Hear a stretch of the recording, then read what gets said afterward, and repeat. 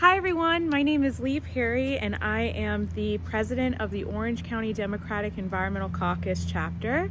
I'm also the head of the Save Split Oak Forest campaign, and I volunteer with the Save Orange County coalition to fight urban sprawl. There's so much that we want to talk about regarding urban sprawl because it is running rampant all across the state of Florida. And here in Orange County, we have a really awesome movement where we are pushing back against special interests and actually moving forward charter amendments to really control the future of how we grow in our region. Split Oak Forest, of course, is one of the most protected conservation areas in the state. It has 5 layers of legal protections, and yet Orange County, Osceola, and the Fish and Wildlife Commission are still moving forward a proposal for a toll road to nowhere, which will do nothing but perpetuate urban sprawl. And through a coalition, we have been able to fight back against the toll road, and still now having to take legal matters into our hands in order to stop the toll road from the Central Florida Expressway Board. And yet we were able to build a coalition to get a charter amendment that 86% of voters came together and voted to protect Split Oak Forest, an additional layer in our local constitution. And we were able to sway Orange County to rescind their participation in progressing the application for a toll road. However, the fight with Split Oak Forest is just a canary in the coal mine.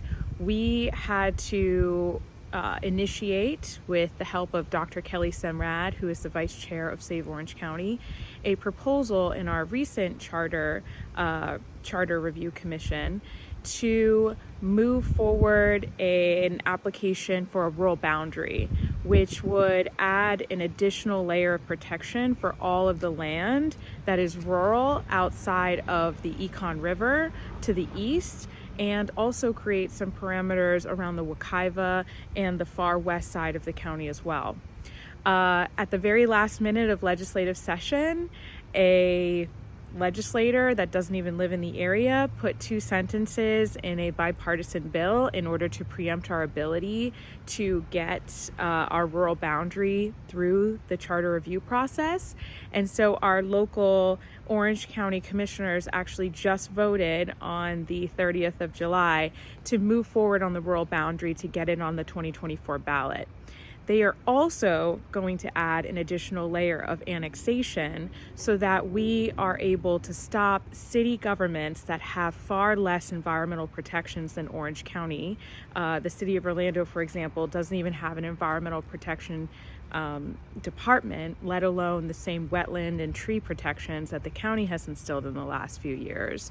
So these lack of protections have been used as a legal loophole for mega developers to annex through the city and be able to perpetuate urban sprawl so that they can get away with doing more environmental harm in more environmentally sensitive areas without having to abide by the county's rigorous process and restrictions. So August 13th, Orange County is going to have a opportunity to look at some language to put an additional annexation charter amendment on our 2024 ballot here locally. So we're very excited for that. But urban sprawl, again, is running rampant all across the state. These local Orange County specific fights are really legal mechanisms and legal playbooks that other parts of the state can point to if other organizations or advocates want to point to doing something similar in their charter counties, or if they are looking to pass an ordinance. We're really hoping to be one of the few counties that has been able to legally protect rural and environmentally sensitive landscapes so that mega developers don't create this legal loophole to doing more destruction and damage.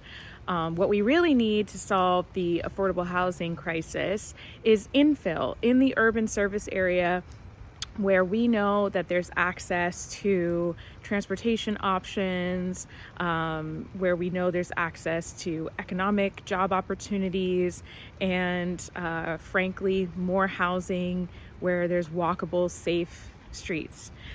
So with that being said, right now, Orange County has a $22 billion deficit.